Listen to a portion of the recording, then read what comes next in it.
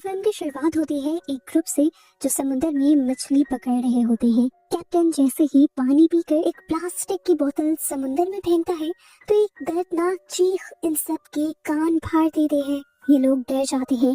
इस वक्त जो उन्होंने मछलियों का जाल समुद्र से निकाला था, अचानक वो भी फट जाता है और एक खौफनाक इंसान से मिलती जुलती क्रिएचर उससे भी जाल से बाहर निकलती है। कैप्टन उसे देखकर डर जाता है और फौरन उस पर गोली चला देता है, जिसके बाद सीन कट होकर हमें लंदन का सीन दिखाया जाता है। हम मिलते हैं ब्रेकली से जो इस टाइम सो रहा है। अचानक से उसके फोन पर बेल होती है और वो घबराहट में उठ खड़ा होता है। उसे एक इमरजेंसी मिशन पर जाने के लिए मैसेज आया था। पता चलता है कि वो यूएन की इंटेलिजेंस टास्क फोर्स के लिए काम करता है। ब्रेकली जल्दी से अपनी बेटी को उठाता है और उसे बताता है कि मुझे इमरजेंसी कहीं जाना है और तुम्हें अपनी मॉम के पास जाना होगा। इस टाइम सार्जेंट हाना ब्रेकली को पिक करने के लिए आई थी और उन्हें ये सुनकर काफी गुस्सा आता है कि ब्रेकली पहले अपनी बेटी को उसके मॉम के घर छोड़ना चाहता है, वो भी उन्हीं की कार के जरिए। खैर इस टाइम ब्रेकली की एक्स वाइफ भी उस पर काफी गुस्सा है क्योंकि ब्रेकली के ऐसे कामों की वजह से हमेशा ही उसे अपने काम इग्नोर कर अपनी बेटी का ख्याल रखना पड़ता है। ये काम खत्म करने के बाद ये लोग एक प्राइवेट एयरपोर्ट पहुंचते हैं जहां पर जर्नल उन्हें मिशन की डिटेल देते हैं। लेकिन यहाँ ब्रेकली का टैबलेट काम नहीं कर रहा होता। उसके साथ बैठा हुआ एक आदमी उसे वीडियो दिखाता है जिसमें वो क्रिएचर जिसे हमने मूवी के स्टार्ट में देखा था वो इंसानों पर हमला करती हुई दिखाई जा रही है। ये देखकर ब्रेकली घबरा जाता है और घबराहट में इस आदमी को बताता है कि मैं कोई एजेंट नहीं हूँ, मैं सिर्फ एक क्लर्क हूँ जो आप लोगों के साथ जा रहा हूँ। वो एजेंट जिसने ब्रेकली को वीडियो दिखाई थी वो भी घबरा जाता है और फिर पूरे रास्ते ब्रेकली से कोई बात नहीं करता और ये लोग अब हेलीकॉप्टर के जरिए एक अनजान सुनसान आइलैंड पर पहुंच जाते हैं। एक खास बिल्डिंग के अंदर जाने से पहले इन सब को डिकॉन्टेमिनेट किया जाता है, यानी इन सब के ऊपर से एक खास मशीन के जरिए सारे जरासीम मारे जाते हैं, जिसके बाद कर्नल आकर इन सब से मिलते हैं और इन्हें दिखाते हैं दीवार पर लटकी हुई वही क्रिएचर जिसे हम मूवी में बार बार देखते आ रहे हैं। सभी इस क्रिएचर को देखकर बहुत ज्यादा हैरान थे और कुछ को तो यही लग रहा था कि एक इंसान कॉस्ट्यूम पहन के खड़ा है, लेकिन कर्नल बताते हैं कि ये क्रिएचर असली है और ये पानी से निकली है। साइंटिस्ट ने इस क्रिएचर को होमोस्पेंडल का नाम दिया है। इंसानों जैसे ये क्रिएचर्स असल में पानी के अंदर रहते हैं और माना जाता है कि इंसानों के दुनिया में आने से पहले यही इस दुनिया में रहा करती थी। साइंटिस्ट इस टाइम इस क्रिएचर के ऊपर रिसर्च कर रहे थे और इन्हें इस क्रिएचर के गले में एक पर्ल मिलता है जिसका मतलब इन्हें अभी तक के लिए समझ नहीं आया था। एक ऑफिसर अब वो पर्ल उस होमोस्पेंडल की गर्दन में वापस डाल देता है, जिसके बाद ये सब लोग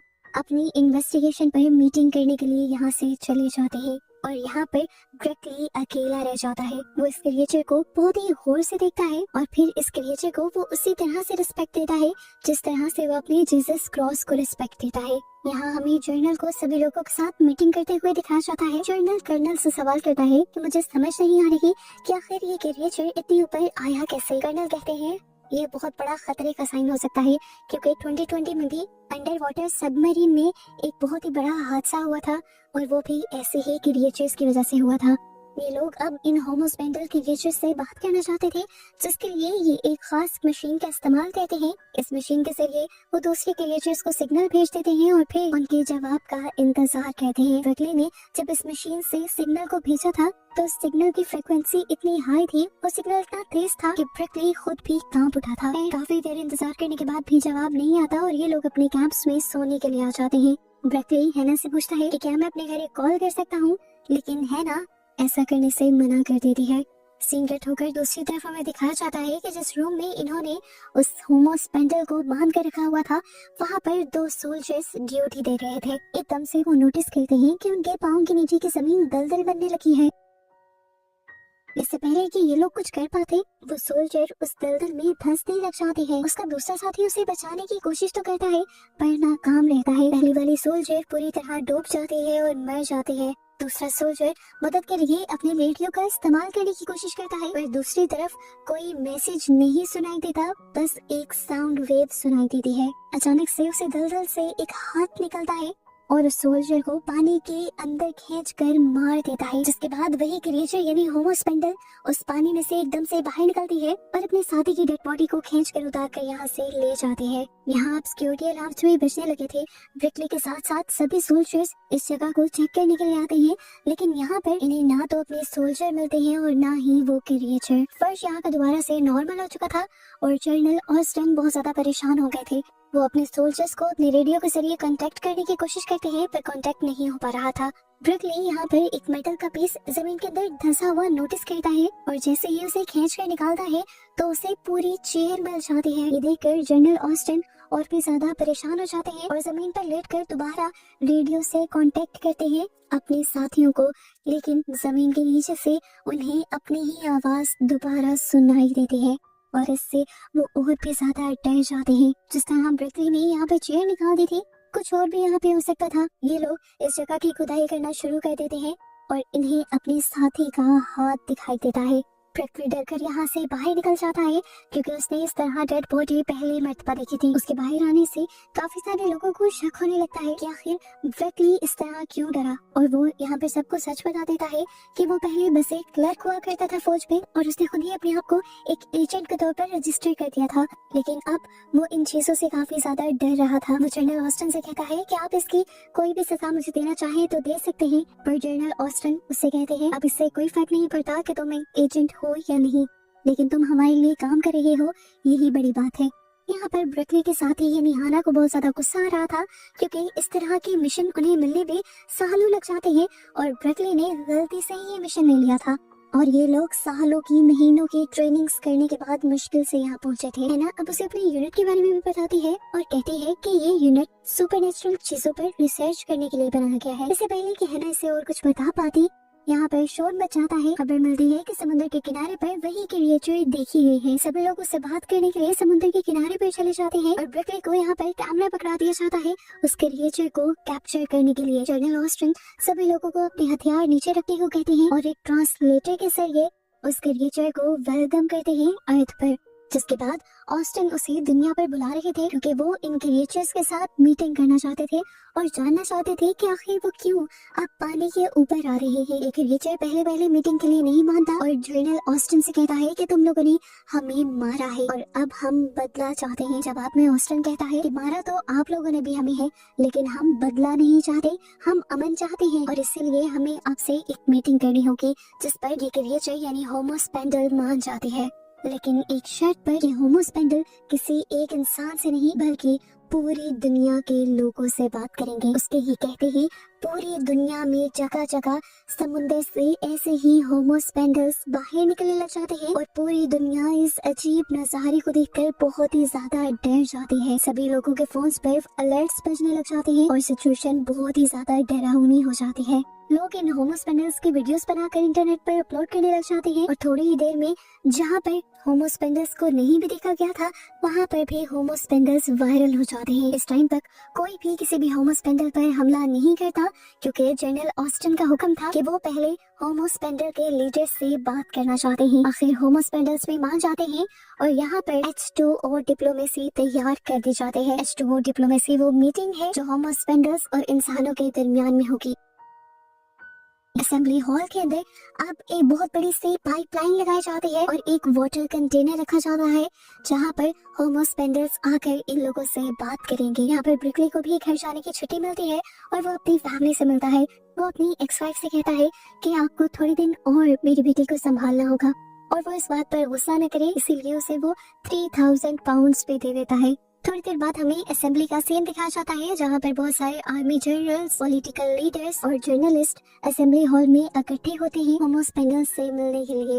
लेकिन आज के दिन जर्नलिस्ट का यहाँ पर कुछ भी रिकॉर्ड करना मना था। चारों तरफ से मिलिट्री ने इस जगह को घेरा हुआ था और जैसे ही मिलिट्री दिखती है कि जर्नलिस्ट का एक ड्रोन इस बिल्डिंग की विंडो के करीब जा रहा है तो वो उसे शूट कर गिरा देते हैं क्योंकि ये मीटिंग पूरी तरह सीक्रेट है। हम देखते हैं कि ब्रिकली भी इस मीटिंग के लिए आया हुआ था और तभी यहाँ पर वो एजेंट भी आ जाता है जिसकी जगह लेकर ब्रिकली यहाँ आया था वो यहाँ पर तमाशा करने लग जाता है और सिक्योरिटी गार्ड्स उसे पागल समझकर यहाँ से निकाल देते हैं। और ये देखकर हाना और ब्रिकली यहाँ पर बहुत एंजॉय करते हैं। गलती से ही सही ब्रिकली को ये मीटिंग अटेंड करने का मौका तो मिला था और इस तरह इस मीटिंग में एक आम सिविलियन भी शामिल हो गया था।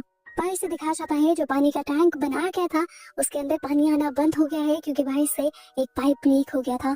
इंजीनियर्स फौरन काम करना शुरू करते हैं और पाइप को रिपेयर करके असेंबली हॉल का ये टैंक फिल कर देते हैं, जिसके बाद इस टैंक के अंदर वही होमोस्पेंडल्स आते हैं। इस टाइम इस होमोस्पेंडल के साथ साथ यहाँ पर इंसानों जैसे ही 2 किस्म की और क्रिएचर भी थी और एक ऐसी फिश भी थी जो बात कर सकती थी। इस टाइम जो सोल्ट नाम की होमोस्पेंडल यहाँ पर आई थी वो एक बहुत ही हैरान कर देने वाली बात ये बताती है कि वो दुनिया में मौजूद सारे लैंग्वेजेस बोल और समझ सकती है, इसीलिए वो इंसानों से बात करने आई है। इंसानों के लीडर यहाँ पर अपनी वेलकम स्पीच देता है और उसकी स्पीच को काटते हुए सॉल्ट यहाँ पर अपने गार्ड से 2 अंडे फेंकवाती है। ये उसके बच्चे थे असल में जो पैदा होने से पहले ही मर गए थे और वो इसका इल्जाम इंसानों पर दे रही थी क्योंकि इंसानों की फैलाई गंदगी और पोल्यूशन की वजह से समुंदर इतने खतरनाक हो गए थे कि उनके रिचर्स का और उनके बच्चों का वहाँ जिंदा रहना और नए बच्चों का पैदा होना मुश्किल ही नहीं नामुमकिन हो गया था। वुमन एम्बेसडर उससे माफी मांग ही रहा होता है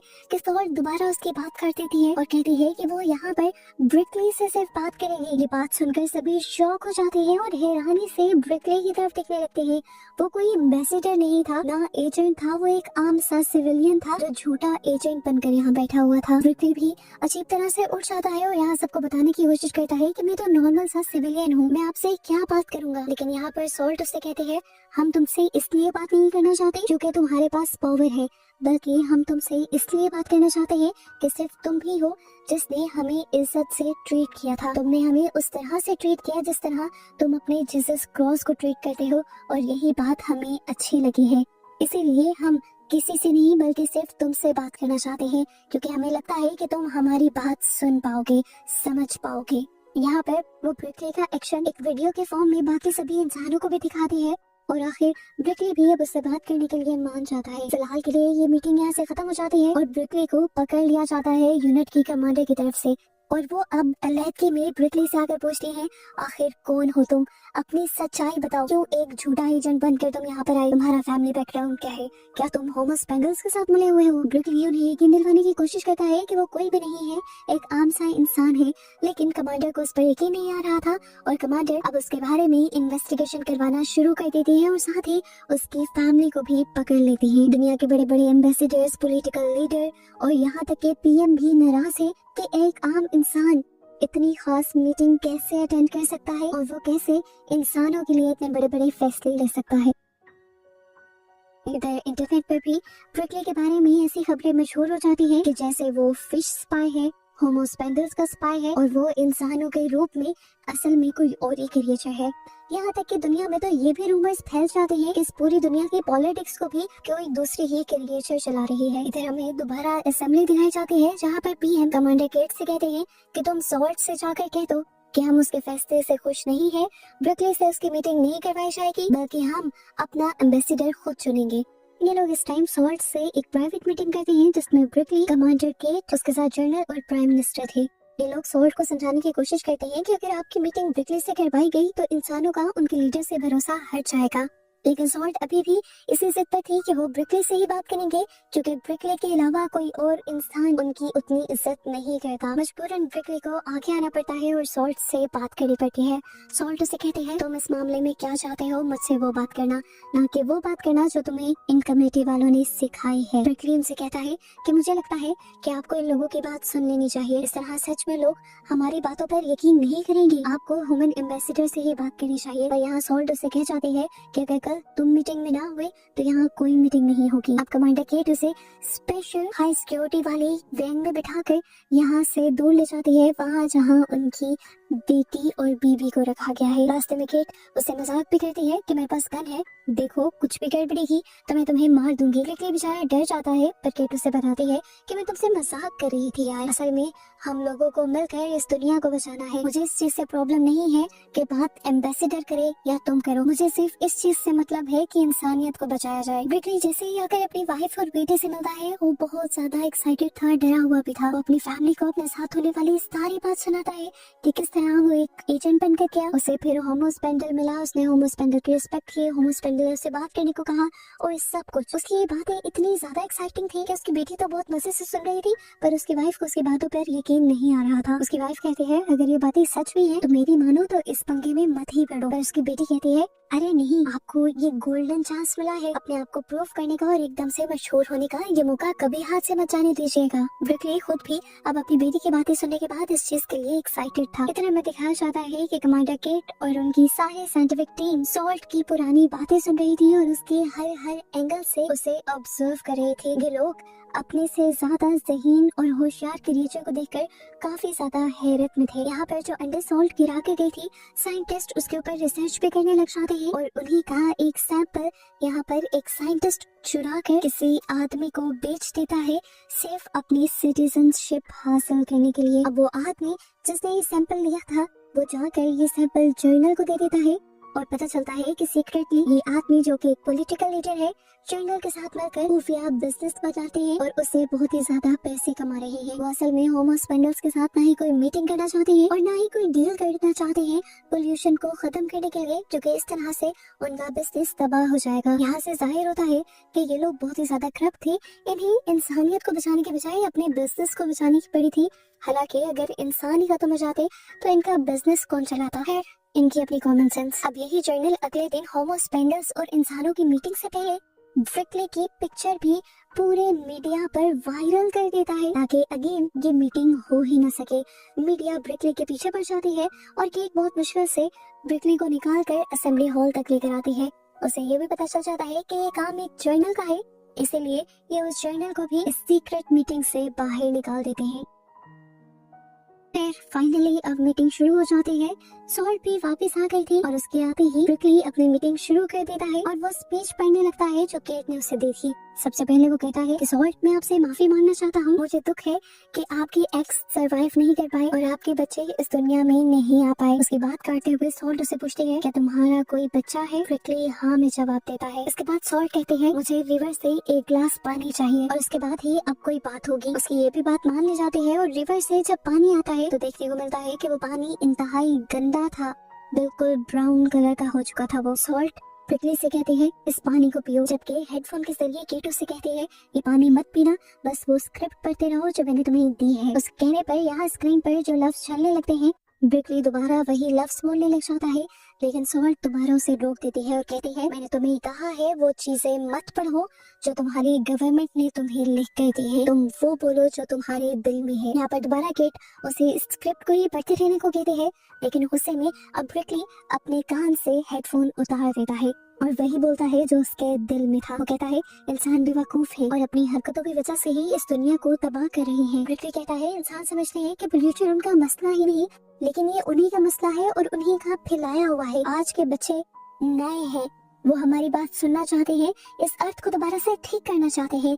सॉल्ट को ब्रिकली की बातें पसंद आ रही थी। उसकी ये बातें सुनकर सॉल्ट दोबारा उसकी तारीफ करती है और कहती है कि तुम एक सबसे अच्छे इंसान हो। ब्रिकली शर्मा से जाता है और उसके ऐसे बिहेवियर को उसके सीनियर्स यानी हाना और जनरल ऑस्टिन बिल्कुल पसंद नहीं करते। फिलहाल के लिए मीटिंग दोबारा खत्म हो जाती है और एक सिक्योरिटी वैन में ब्रिकली को दोबारा उसके होटल रूम में पहुंचा दिया जाता है, जहाँ पर उसकी फैमिली एक लग्जरी लाइफ एंजॉय कर रही थी। इस टाइम उसकी वजह से वो बहुत एक्साइटेड होकर वो सब बातें बताता है जो उसके साथ हुई थी और ब्रिकली की बेटी अपने डैड की बातों को सुनकर बहुत ही ज्यादा प्राउड फील करते हैं। यहाँ तक कि अब वो लोग न्यूज पे देखते हैं कि पूरी दुनिया ब्रिकली के लिए नारे लगा रही थी, क्योंकि ब्रिकली की वजह से ही होमो स्पेंडल्स ने अभी तक उनके साथ कुछ बुरा नहीं किया था। आज ब्रिकली भी अपने आप पर फख्र महसूस कर रहा था। इधर दिखाया जाता है कि केट और बाकी जर्नल्स मिलकर H2O डिप्लोमेसी तैयार कर रहे हैं। वो जानते हैं कि उन्हें हर हाल में होमो स्पेंडल्स को दोस्ती के लिए मनाना होगा, इसलिए वो अब एनवायरनमेंट को ठीक करने का भी प्लान कर रहे हैं और इन्हें इसी टाइम पर माइसेलियम नेटवर्क के बारे में भी पता चलता है। माइसेलियम नेटवर्क असल में एक अलजी थी जो होमो स्पेंडल्स के पर्ल्स के साथ कनेक्ट थी और उन्हें ताकत देती थी। इन्होंने प्लान किया कि ये लोग माइसेलियम नेटवर्क को और ज्यादा स्ट्रॉन्ग कर देंगे ताकि उनके और होमो स्पेंडल्स के दरमियान में रिलेशंस और बेहतर हो सके। इधर हमें ब्रिकली की फैमिली को दिखाया जाता है। एकदम से ब्रिकली के इतना मशहूर होने की वजह से ये लोग डरने लगे थे, क्योंकि खतरा अब इनकी जानों को हो गया था। जहाँ लोग ब्रिकली को पसंद कर रहे थे, वहाँ ब्रिकली के दुश्मन भी बन गए थे। तो ब्रिकली अपनी फैमिली को काम डाउन करता है और उन्हें समझाता है कि हम 1 से 2 दिन में सेफ हाउस में शिफ्ट हो जाएंगे। अगले दिन हमें अब ब्रिकली को न्यू मीटिंग में जाता हुआ दिखाया जाता है। मीडिया के जवाबों से बचते हुए वो अब असेंबली हॉल के अंदर आया था। ब्रिकली अब सॉल्ट को, यानी होमो स्पेंडल के लीडर को, अपने यूनिट के फैसले के बारे में बताने लगता है और कहता है कि हम 2065 तक 50% पोल्यूशन खत्म कर देंगे। लेकिन ये चीज सुनकर सॉल्ट बहुत ज्यादा गुस्सा हो जाती है, क्योंकि 2065 आने में कई साल थे। सॉल्ट उससे पूछती है कि आखिर इतना वक्त क्यों लगेगा। ब्रिकली उसे समझाता है कि हमें वो रिसोर्सेज इकट्ठे करने हैं जिसकी वजह से इस सारी पोल्यूशन को खत्म किया जा सके, और ये सारे रिसोर्स लगभग इतने ही सालों में हम इकट्ठे कर पाएंगे। सॉल्ट जब कहती है कि 40 साल का अर्सा बहुत ज्यादा है, तो ब्रिकली जवाब में कहता है जहाँ आप लोगों ने 10 लाख साल इंतजार किया, वहाँ अब ये 40 साल क्या चीज है। उसकी ये बात सुनकर सॉल्ट को इतना ज्यादा गुस्सा आ जाता है कि उसका गुस्सा अब नेचर में भी दिखाई दे रहा था। बाहर आसमान बिल्कुल काला पड़ जाता है और बुरा तूफान आ जाता है। इस तूफान में कोई पानी, कोई हवा नहीं थी, बल्कि ये तूफान दुनिया का सबसे अजीब तूफान था, जिसमें प्लास्टिक और समुद्र के अंदर का कचरा था। दिखाया जाता है कि अब बड़ी मिकदार में वो सारा कचरा, वो सारी प्लास्टिक जो कई सालों में इंसानों ने समुद्र के अंदर फेंका था, वो आसमान से बरसते हुए अब जमीन पर इंसानों के ऊपर ही गिर रहा था। इंसान अपने आप को बचाने के लिए यहाँ से भागने लग जाते हैं, और इसी टाइम पर हम ब्रिकली की बेटी को भी देखते हैं, जो उसकी तरफ आने के लिए मुड़ रही थी।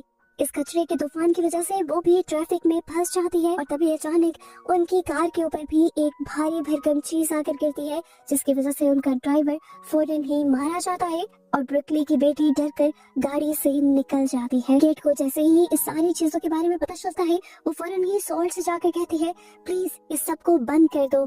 ब्रिकली तो अभी तक शॉक में था, क्योंकि उसे समझ ही नहीं आ रहा था कि क्या हो रहा है। तभी उसकी वाइफ उसे कॉल करके बताती है कि उसकी बेटी रोड पर निकल गई है उसके पास आने के लिए। ये सुनकर ब्रिकली भी डर जाता है और फौरन अपनी बेटी को बचाने के लिए बाहर भागता है। रोड पर वो उसे कहीं नजर नहीं आ रही थी, लेकिन जब थोड़ा ही आगे गया तो उसने देख लिया कि उसकी बेटी के ऊपर एक बहुत बड़ा एंकर गिरने वाला था, और वक्त पर आकर उसने अपनी बेटी को खींचकर इस एंकर के गिरने वाली मौत से बचा लिया। इसी टाइम पर हम देखते हैं कि ब्रिकली की वाइफ भी आ जाती है, और ये सब लोग अपने आप को बचाने के लिए असेंबली हॉल के अंदर चले जाते हैं। इंटरनेट पर, न्यूज चैनल्स पर, हर जगह ये प्लास्टिक का तूफान वायरल हो जाता है, और लोग यही बातें करने लग जाते हैं कि ये होमो स्पेंडल्स की तरफ से जंग का ऐलान है, और हमें भी अब जंग के लिए तैयार हो जाना चाहिए। हमें शहरों का सीन दिखाया जाता है। शहर आधे आधे कचरे से भर गए थे, यहाँ तक कि समुद्र के अंदर डूबा हुआ टाइटैनिक भी यही आकर गिर गया था। सब लोग पैनिक हो जाते हैं, और यहाँ असेंबली हॉल में दोबारा सॉल्ट के साथ मीटिंग स्टार्ट होती है। ब्रिकली उसे समझाता है कि हमें वॉर नहीं चाहिए, हम जंग नहीं करना चाहते। तो सॉल्ट उसे कहती है तुम्हें याद नहीं है, जंग तो काफी अरसे से चल रही है, और इस जंग को इंसानों ने ही शुरू किया है। इसी कचरे के जरिए इंसान ही हम पर हमला करते हुए आ रहे हैं,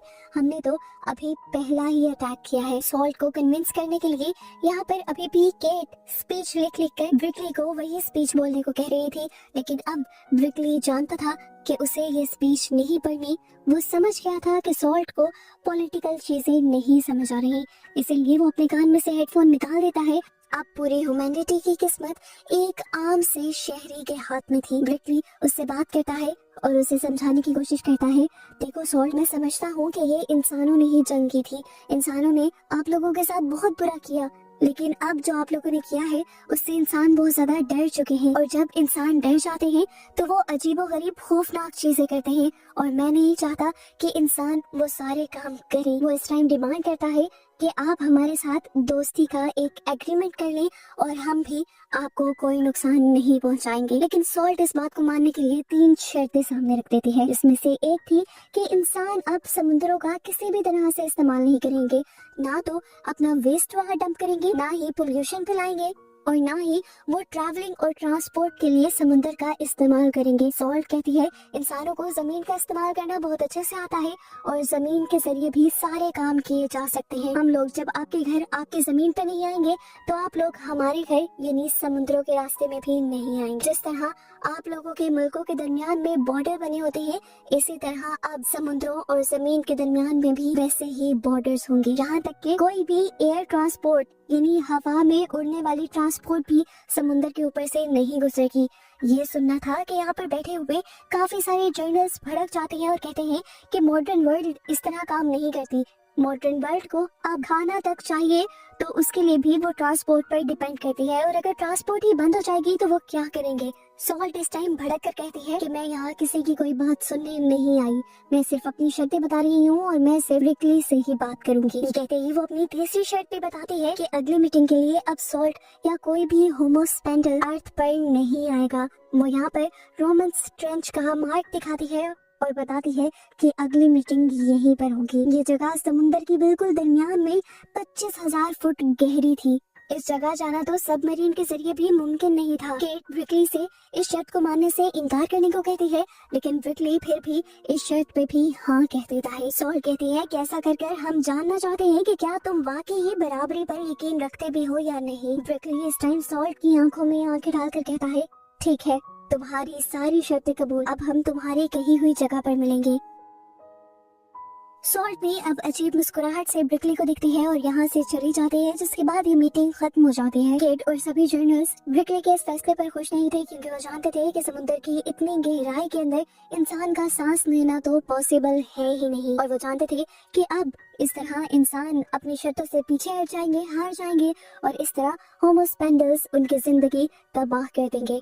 लेकिन अब जो भी था, इन्हें शर्तें तो माननी ही थी। अगले ही दिन से ब्रिकली की सीक्रेट ट्रेनिंग शुरू कर दी जाती है सबमरीन को चलाने की और सबमरीन में सरवाइव करने की। एक नया प्रेशर सूट भी तैयार किया जाता है ताकि ब्रिकली समुद्र की इतनी गहराई के अंदर जा सके। आखिर पे पूरी टीम को एक सबमरीन में बिठा कर अगली मीटिंग के लिए भेज दिया जाता है, जबकि दूसरी तरफ हम देखते हैं कि केट को एक बड़ी ऑफिशियल मीटिंग में बुलाया जाता है।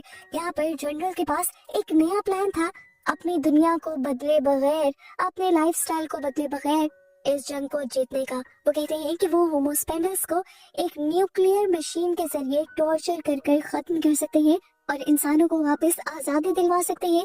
लेकिन यहाँ पर केट इस चीज के लिए तैयार नहीं थी। वो चाहती थी कि इस मसले को प्यार से ही हल किया जा सके।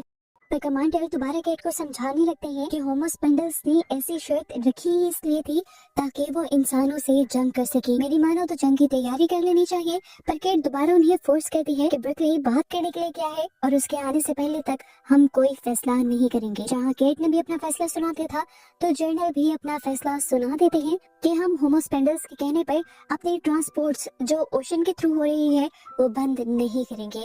और यहाँ केट समझ आती है कि इनके इरादे जंग करने के ही हैं और ये सिर्फ अपने बिजनेस के बारे में सोच रही है। केट यहाँ से चली जाती है और पीछे से जर्नल को उनके साथी कहते हैं कि हमने बायो वेपन्स तैयार कर लिए हैं, क्या उन्हें इस्तेमाल किया जाए।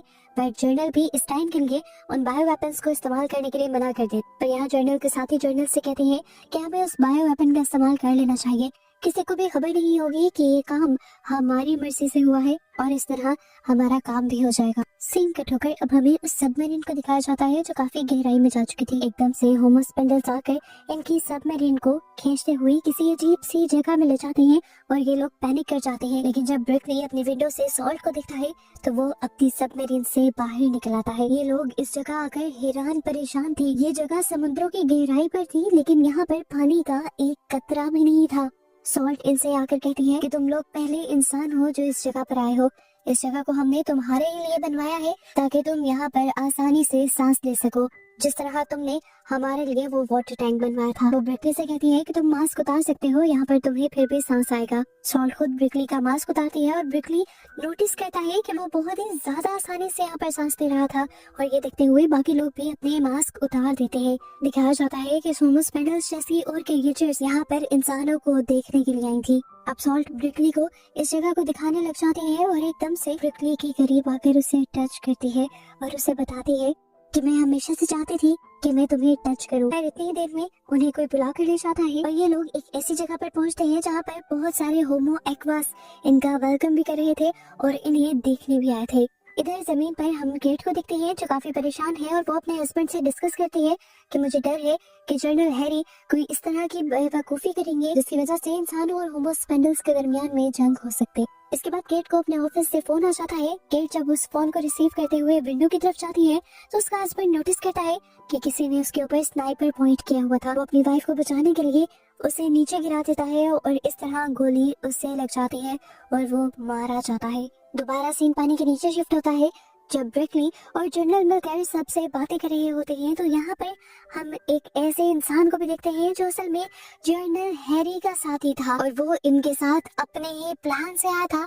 वो बायो एजेंट लेकर आया था जिसके जरिए वो सभी होमो स्पेंडल्स को मारना चाहते थे। ये देखकर जनरल और ब्रिकली दोनों बहुत ज्यादा हैरान रह जाते हैं क्योंकि उनके वहमो गुमान में भी नहीं था कि वो यहाँ पर किसी जासूस को या अपने दुश्मन को ला रहे हैं। वो नहीं चाहते थे कि होमो स्पेंडल्स पर कोई हमला हो, इसीलिए ब्रिकली उस आदमी को लेकर नीचे गिर जाता है लेकिन तभी उसके हाथ से वो बायो एजेंट भी नीचे गिरने की वजह से फट जाता है और यहाँ एक बहुत ही भयानक ब्लास्ट होता है। सभी होमो स्पेंडल्स दूर जाकर गिरते हैं और तभी सॉल्ट यहाँ पर ब्रिकली को लेकर अपने गिर्द एक प्रोटेक्शन शील्ड बनाते हुए उसे उड़ाकर यहाँ से ले जाती है और साथ ही उसके मुंह से अपने मुंह को जोड़ते हुए उसे ऑक्सीजन भी देती है। दुनिया में मौजूद सबमरीन के कंट्रोलर की वजह से इंसानों को भी पता चल जाता है कि पानी के अंदर कोई बहुत ही बड़ा धमाका हुआ है और इस धमाके की ताकत से ये लोग अंदाजा लगाते हैं कि नीचे गए हुए सभी इंसान भी मारे गए होंगे। अब ये बात जैसे ही केट को पता चलती है, केट और भी ज्यादा टूट जाती है। पहले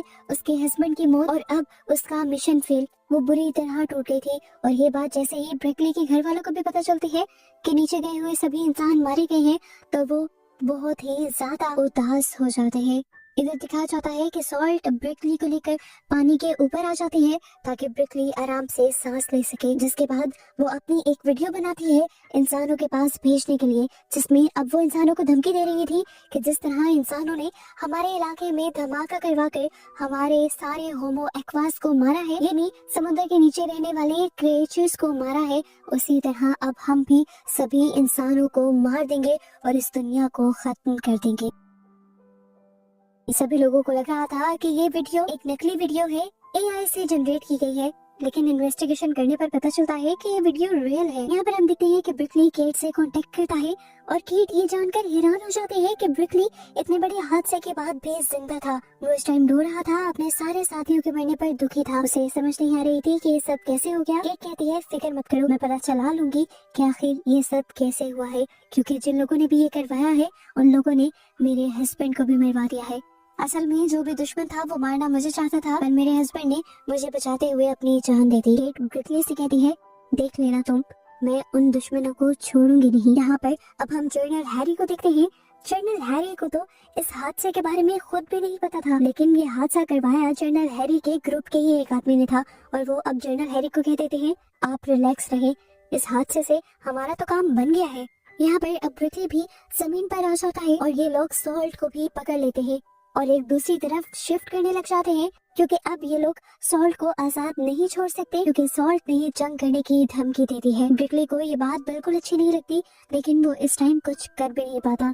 यहाँ सभी लोगों की बातों से वो अंदाजा लगाता है कि ये लोग सॉल्ट को विलन समझ रहे हैं, हालांकि सॉल्ट ने ब्रिकली की जान बचाई थी। अब ऐसे ही बातों बातों में ब्रिकली यहाँ पर ड्राइवर से उस गाड़ी की चाबी ले लेता है जिस गाड़ी के पीछे सॉल्ट के कंटेनर को रखा गया था। इन सब लोगों को लगता है कि ब्रिकली सॉल्ट को लेकर यहाँ से भाग रहा है, लेकिन वो यहाँ से भाग नहीं रहा था, वो तो बल्कि गाड़ी को पीछे मोड़कर इस कंटेनर को ही पानी में फेंक देता है ताकि सॉल्ट आजाद हो सके और अपनी दुनिया में जा सके। जिसके बाद वो खुद भी पानी में जंप कर देता है, क्योंकि जानता था कि अगर वो ऊपर रहा तो इंसान वैसे ही उसे मार देंगे। ब्रिकली की इस हरकत की वजह से ब्रिकली को अब गद्दार करार दे दिया गया था।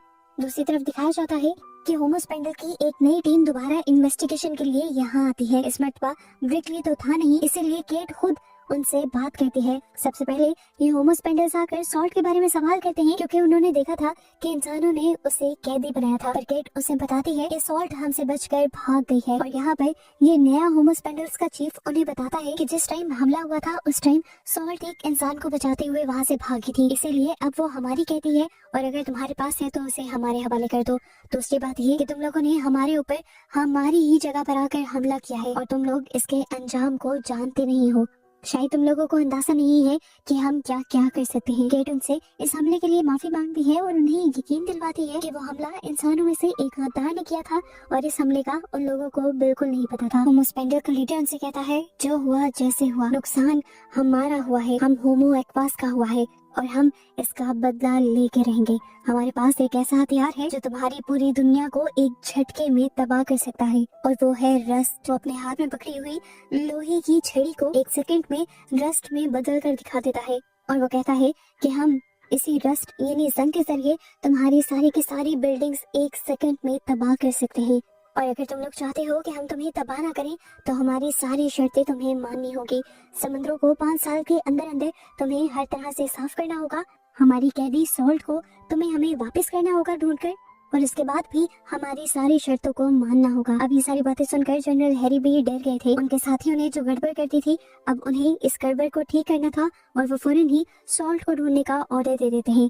सीन कट होकर फाइनली हमें सॉल्ट और ब्रिकली को दिखाया जाता है जो इस टाइम जमीन पर है। ये दोनों जानते थे कि इंसान उन्हें हर जगह ढूंढ रहे हैं, लेकिन फिर भी ये दोनों एक फैक्ट्री के अंदर छुपे हुए थे। सॉल्ट ब्रिकली को बताती है कि मैंने तुम्हें छूते हुए तुम्हारे लंग्स को साफ कर दिया है, अब तुम्हें लंग्स की कोई डिसीज नहीं होगी। ये कहते हुए वो उसके करीब आने लग जाते हैं और ऐसे इन दोनों के दरमियान की दूरियां बिल्कुल खत्म हो गई। ये दोनों अब एक साथ रहने का फैसला कर लेते हैं, लेकिन एक बहुत बड़ा मसला है कि जमीन पर रहने वाले लोग भी इनके दुश्मन हैं और पानी में रहने वाले लोग भी। ये लोग जानते हैं कि ज्यादा देर तक ये लोग एक साथ नहीं रह सकते। और ब्रिकली सॉल्ट से कहता है कि मैं दरमियान का कोई रास्ता निकाल ही लूंगा और तुम्हें यहाँ से लेकर कहीं दूर चला जाऊंगा। इस टाइम बातें करते हुए ब्रिकली सॉल्ट को ये भी बता देता है कि हमला करवाने में उनके यूनिट की लीडर केट का कोई हाथ नहीं। केट सच में बेकसूर है और ये काम किसी ऐसे इंसान का है जिसका फायदा होमोस्पेंडल्स को मारने से जुड़ा हुआ है। फिर अब ये लोग फैसला कर लेते हैं कि ये लोग किसी ऐसी जगह पर जाएंगे जो समुद्र का किनारा होगा। सॉल्ट पानी में रहेगी और ब्रिकली करीब ही साहिल पर रहेगा। सॉल्ट को ये आइडिया पसंद आ जाता है और यहाँ से जाने से पहले ब्रिकली अपनी फैमिली को लास्ट टाइम कॉल मिलाता है, लेकिन वो नहीं जानता था कि उसके कॉन्टेक्ट के सभी लोगों के फोन्स पहले ही हैक किए जा चुके थे ताकि उसे लोकेट किया जा सके। वो अब जैसे ही अपनी फैमिली से मिलने के लिए जाता है तो उसकी वाइफ और बेटी को पता चल जाता है कि FBI उसके पीछे है, इसलिए वो फौरन ब्रिकली से यहाँ से भाग जाने को कहते थे। लेकिन इससे पहले कि ये दोनों यहाँ से भाग जाते हैं, इन्हें चारों तरफ से मिलिट्री के लोग घेर लेते हैं। एक तरफ केट की टीम थी तो दूसरी तरफ थे जनरल हैरी के सोल्जर्स। दोनों ही उन्हें पकड़ना चाहते थे, लेकिन तभी यहाँ पर फौरन केट सबको कांटेक्ट करती है और उन्हें कहती है कि केट और ब्रिकली को कुछ ना किया जाए क्योंकि वो दोनों बेकसूर हैं। इन्हें असल में पता चल गया था कि सॉल्ट की जो वीडियो इन्होंने देखी थी वो असल में AI जनरेटेड थी और जनरल हैरी के ही साथियों की एक चाल थी, लेकिन कोई भी इस टाइम उसकी बात को सुनने को तैयार नहीं था। कुछ सोल्जर्स तो ब्रिकली को पकड़ भी लेते हैं और ये देखकर सॉल्ट इतनी जोर से चिल्लाती है कि यहाँ पर सभी लोगों के कान फट जाते हैं और खुद पानी के अंदर जंप कर देती है। उसको यहाँ से जाता देखकर ब्रिकली टूट जाता है, लेकिन अपने आप से वादा करता है कि वो उसे जरूर ढूंढ कर रहेगा। इसके बाद हमें होमोस्पेंडल के नए लीडर टाइड को दिखाया गया जो अब पानी के बाहर आ चुका था और उसने आते ही एक खास किस्म का इंस्ट्रूमेंट बजवा के सभी जानवरों को अपनी तरफ अट्रैक्ट कर लिया। इन्होंने ज्यादातर कुत्तों को अट्रैक्ट किया था और ये लोग कुत्तों को जाल में पकड़कर उनका शिकार कर खाने लग जाते हैं, बिल्कुल उसी तरह से जिस तरह इंसान किसी मछली का शिकार करके खाते हैं। होमोस्पेंडल्स की इस हरकत से इंसानों को गुस्सा आता है और जब इंसान इस बारे में बात करते हैं तो टाइड इन सबसे कहता है कि तुम लोग भी सालों से मछलियों का शिकार करते आ रहे हो। जिस तरह डॉग्स तुम्हारे सबसे अच्छे और वफादार पेट्स हैं, इसी तरह मछलियाँ भी हमारी पेट्स हैं। हमें भी दुख होता है जब तुम उनका शिकार कर खाते हो। इधर गेट के ऑफिस में गेट को पता चलता है कि अंटार्कटिका की बर्फ तेजी से पिघलने लगी है, जिसकी वजह से जमीन पर पानी का लेवल बहुत ही बढ़ता जा रहा है और वो समझ गई थी कि ये सारा काम होमोस्पेंडल्स का ही है। अगर इसी तरह तेजी से बर्फ पिघलती रहती तो वो दिन दूर नहीं था जब पूरी दुनिया ही सैलाब में डूब जाती।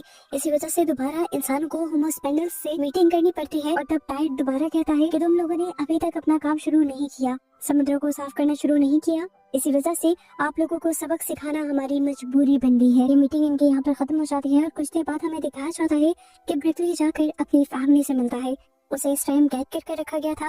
वो अपनी फैमिली को बताता है कि रोज रात को वो सॉल्ट को ढूंढने के लिए जाता है, पर उसकी वाइफ पूछती है कैसे, तुम तो कैद में हो। तब वो बताता है कि उसने एक गार्ड को अपना अच्छा दोस्त बना लिया है। रोज रात को वो कैमरास में गड़बड़ करता है और समुद्र के किनारे सॉल्ट को ढूंढने के लिए जाता है, लेकिन अब तक उसकी बात नहीं हो पा रही। ये कहते हुए वो रोने लग जाता है और ये कन्फेस करता है कि वो सॉल्ट से प्यार करने लगा है और उससे बात किए बगैर रहना उसके लिए अब मुश्किल हो गया है। सीन कट होकर अब हमें जनरल हैरी को दिखाया जाता है। वो अभी तक होमो स्पेंडर्स को खत्म करने का ही अपने ग्रुप के साथ मिलकर प्लान कर रहे थे। उन्होंने एक ऐसे गार्ड को ब्रिकली के पास छोड़ा था जो ब्रिकली की सारी बातें माने, क्योंकि वो चाहते थे कि ब्रिकली किसी तरह सॉल्ट से मिले और ये लोग ब्रिकली का ही गलत इस्तेमाल करते हुए होमो स्पेंडर्स को मरवा दें। एक दिन ऐसे ही अब उस गार्ड के जरिए ब्रिकली को खाना दिया जाता है और जैसे ही वो खाना खाता है तो बेहोश हो जाता है और इस टाइम कुछ डॉक्टर्स आकर उसकी बॉडी में वायरस इंजेक्ट कर देते हैं। ये वायरस असल में इंसानों को कुछ नहीं करता, बल्कि ये वायरस होमो एक्वास को मारने के लिए था। रात को जैसे ही ब्रिकली को होश आता है तो वो सॉल्ट से मिलने के लिए पानी में जाकर उसे आवाजें देने लगता है। रात भर के इंतजार के बाद फाइनली सुबह को सॉल्ट आकर उससे मिल ही लेती है। ब्रिकली इस तरह खुश था जिस तरह उसे कोई खजाना मिल गया हो। वो सॉल्ट को गले लगा लेता है, उसे किस करता है और तभी सॉल्ट उससे कहती है कि अगर तुम चाहते हो कि हम दोनों हमेशा साथ रहें तो जाकर इंसानों को समझाओ कि वो होमो स्पेंडर्स की सारी शर्तें मान लें, नहीं तो होमो स्पेंडर्स उन्हें बर्बाद कर देंगे। ब्रिकली उनसे कहता है मैं तुम्हें कैसे समझाऊं, इंसान मेरी बात ना सुनेंगे ना मानेंगे। कुछ वक्त के लिए तुमने मुझे स्पेशल तो बना दिया था, लेकिन अब मेरी औकात एक आम इंसान से भी कम हो गई है। लेकिन सॉल्ट यहाँ कहते हैं कुछ भी करके तुम्हें इंसानों को मनाना होगा। ये कहकर वो यहाँ से गायब हो जाती है। हालांकि वो खुद भी ब्रिकली को छोड़कर जाना नहीं चाहती थी। सॉल्ट की बात मानते हुए अब ब्रिकली केट और उसकी पूरी टीम से बात करता है, मीटिंग करता है और उन्हें समझाता है कि सॉल्ट ने उससे कहा है कि टाइड से समझौता कर लिया जाए ताकि इंसान और होमो स्पेंडर्स दोनों ही अमन से रह सके। केट इस बात को सुनकर ये सोचने पर मजबूर हो जाती है कि उन्हें क्या करना चाहिए, क्योंकि प्राइम मिनिस्टर और जनरल केट की किसी भी बात को नहीं मान रहे थे। तब केट का एक साथी उसे आइडिया देता है कि हमें प्राइम मिनिस्टर और जनरल को इस मामले में लाए बगैर खुद ही होमो स्पेंडर्स से बात कर लेनी चाहिए, क्योंकि केट ही इस यूनिट के प्रेसिडेंट है और ऐसे ही सारे फैसले करने का हक केट का है।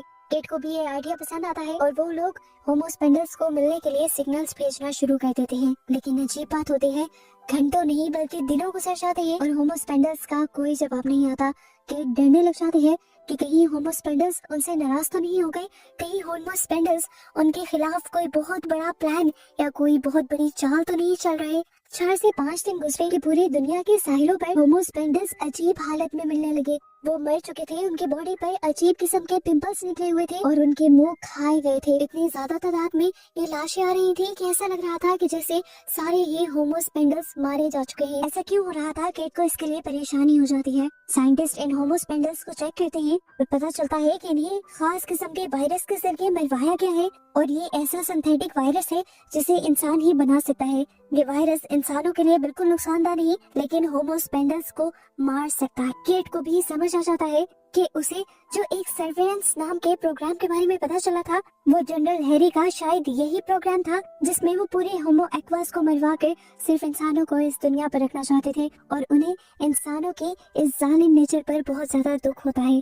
इस टाइम पर जब केट दुखी थी तो केट को बताया जाता है कि होमो स्पेंडर्स उनसे मिलने के लिए आ रही हैं और सिग्नल भेज रहे हैं। पता चलता है कि सॉल्ट मिलने के लिए आ रही थी और सॉल्ट हमेशा ब्रिकली से ही बात करती थी, इसलिए फौरन ब्रिकली को यहाँ से लेकर जाया जाता है। असेंबली हॉल में आते ही ब्रिकली को उस वायरस के बारे में बताया जाता है जिसकी वजह से होमो स्पेंडर्स मर रहे हैं और ये जानकर वो बहुत ज्यादा दुखी हो जाता है। लेकिन केट उसे बताती है कि अब तक हम लोग ये नहीं जान पाए कि ये वायरस किसने बनाया है और किसने फैलाया है। इन दोनों की बातों के दौरान यहाँ पर सॉल्ट आ जाती है और उसे देखकर ब्रिकली बहुत ज्यादा खुश होता है, लेकिन सॉल्ट इस टाइम पूरी तरह उदास थी। वो ब्रिकली को भी एक तरह से इग्नोर कर रही थी और वो सभी इंसानों को बताती है कि मैं आज सभी इंसानों के सामने अपनी हार मानती हूँ। हम लोग हार गए हैं और इंसान जीत गए हैं। उससे हमारे स्पीशीज के तकरीबन लोग मारे जा चुके हैं और बहुत थोड़े लोग ही सरवाइव कर पाए हैं। ब्रिकली जो कुछ भी नहीं जानता था वो रोते हुए सॉल्ट से पूछने लग जाता है, आखिर मुझे बताओ तो सही कि पानी के नीचे हुआ क्या था। सॉल्ट उसे बताती है कि तुम्हारे थ्रू एक वायरस भेजा गया था जिसकी वजह से बहुत सारे होमोस्पेंडल्स मारे जा चुके हैं। और ब्रिकली भी ये सुनकर टूट जाता है क्योंकि वो समझ गया था कि उसका भी गलत इस्तेमाल किया गया है। सॉल्ट अब दोबारा सब लोगों को कहती है, हम जल्द ही इस बात का पता चला लेंगे कि वो वायरस किसने बनाया है और उस वायरस के बनाने वाले और फैलाने वाले हर इंसान को हम पानी के जरिए ही मार देंगे। उसकी बात करते ही यहाँ पर जनरल हैरी और उनके सारे साथियों को ऐसे हेलुसिनेशंस होने लगे कि जैसे वो लोग बाथरूम में फंसकर पानी में डूबकर मर रही हैं या फिर कोई उन्हें पानी में डुबाकर मार रहा है। अब ब्रिकली सॉल्ट को बुलाता है और कहता है कि हम लोग किसी डील की बात कर रहे थे, मैं तो केट के साथ मिलकर उसी डील के बारे में बात करना चाहता था। लेकिन यहाँ सॉल्ट उसकी बात काट देती है और कहती है कि अब कोई डील नहीं होने वाली। पहले मुझे लगता था कि इंसान और होमोस्पेंडल्स एक साथ मिलकर रह सकते हैं, लेकिन अब नहीं। अब हम जान गए हैं कि इंसान और होमोस्पेंडल्स बस एक दूसरे के दुश्मन हैं। ब्रिकली यहाँ पर कहता है, ऐसा नहीं है सॉल्ट, तुम गलत समझ रहे हो। हम अभी भी वो एग्रीमेंट कर सकते हैं। समुद्र का सबसे गहरा इलाका बेशक आप लोग ले लो, वहाँ की हम सफाई भी करवा देंगे, वहाँ पर हम कोई ट्रांसपोर्ट भी नहीं चलाएंगे और जैसा आप लोग कहेंगे वैसा हम करेंगे। लेकिन ब्रिकली की बात सुनकर सॉल्ट अब उसे उन इंसानों की तस्वीर दिखाती है जो होमोस्पेंडल्स को मारकर और उनकी लाशों के साथ खेल रहे थे। सॉल्ट कहती है, असल में ये सब वो इंसान है जो ज्यादातर दुनिया में रहते हैं और वही हमें नुकसान भी पहुंचाते हैं और अब इंसानों से हम डरने लगे हैं। मैं जितना भी चाहूँ अब हमारी स्पीशीज तुम इंसानों के साथ कोई भी एग्रीमेंट नहीं कर पाएगी। ये कहकर सॉल्ट वहाँ से चली जाती है और ब्रिकली टूट जाता है। इसी तरह से ये मीटिंग खत्म हो जाती है। मीटिंग के खत्म होने पर यहाँ पर पानी के टैंक्स एकदम से फटने लग जाते हैं और सभी लोग अफरा तफरी में यहाँ से भाग जाते हैं। इस टाइम जिसका सबसे ज्यादा नुकसान हुआ था वो ब्रिकली था और उसके बाद केट थी जिसने इतनी मेहनत की थी सब कुछ ठीक करने में और होमोस्पेंडल्स और इंसानों की दोस्ती करवाने के लिए। केट इस टाइम उदास थी कि एकदम से उसे एक डॉक्टर की कॉल आई और उसे एक शॉकिंग बात ये बताई गई कि ब्रिकली के पानी से निकलने के बाद बहुत सारे टेस्ट किए गए थे और उनके एक टेस्ट में एक बहुत ही अजीब चीज ये नोटिस की गई है कि उसकी बॉडी के अंदर बहुत सारे चेंजेस आ रहे हैं, जिन चेंजेस की वजह से वो इंसान होकर भी एक होमोस्पेंडल वाली जिंदगी गुजार सकता है, यानी पानी के अंदर जी सकता है। ये बात सुनते ही केट जल्दी से ब्रिकली को लेती है और कार में बैठकर यहाँ से निकल जाती है और रास्ते में उसे खुशखबरी देती है कि वो अब हमेशा के लिए सॉल्ट के साथ रह सकता है पानी में, क्योंकि उसका डीएनए सॉल्ट के साथ रहने की वजह से म्यूटेट हो गया है। एक इंसान और होमोस्पेंडल वाला डीएनए हो गया है, वो जमीन पर भी रह सकता है और पानी में भी। ये जानकर ब्रिकली बहुत ज्यादा खुश हो जाता है। उसे तो लग रहा था कि जैसे उसे पूरी दुनिया मिल गई। वो लास्ट टाइम अपनी फैमिली से मिलता है और उन्हें हमेशा के लिए गुड बाय कह देता है। उसे दुख तो हो रहा था लेकिन उससे ज्यादा खुशी थी उसे हमेशा के लिए सॉल्ट से मिलने की। इन सारी चीजों के बाद ब्रिकली फाइनली केट के साथ उस जगह पर पहुंच जाता है जहाँ पर सॉल्ट रहा करती थी। वो अपने कपड़े उतारकर पानी के अंदर चला जाता है और वहाँ हम देखते हैं कि उसकी गर्दन पर फिन्स आ गए हैं। वो किसी होमोस्पेंडल की तरह ही पानी के अंदर अब सॉल्ट की कंपनी एंजॉय कर रहा था और बहुत खुश था, जबकि बाहर केट भी उन दोनों के मिलने से बहुत खुश थी। जिसके बाद केट यहाँ पर वॉक करने लग जाती है और देखती है कि एक आदमी वॉक करते हुए यहाँ पर कचरा फेंक गया था। वो गुस्से में इस आदमी से कहती है, उठाओ ये रैपर। पर वो आदमी जब उसकी बात नहीं सुनता तो वो बंदूक निकालकर उसके ऊपर तान देती है और डरकर वो आदमी भी कचरा उठा लेता है। इससे जाहिर हो रहा था कि केट अब वो सारे काम करने वाली थी जिससे पानी में बचे कुचे होमोस्पेंडल्स की जिंदगी आसान बनाई जा सके और सेफ हो सके। और इस तरह उसी को दिखाते हुए ये सीजन यहाँ पर खत्म हो जाता है।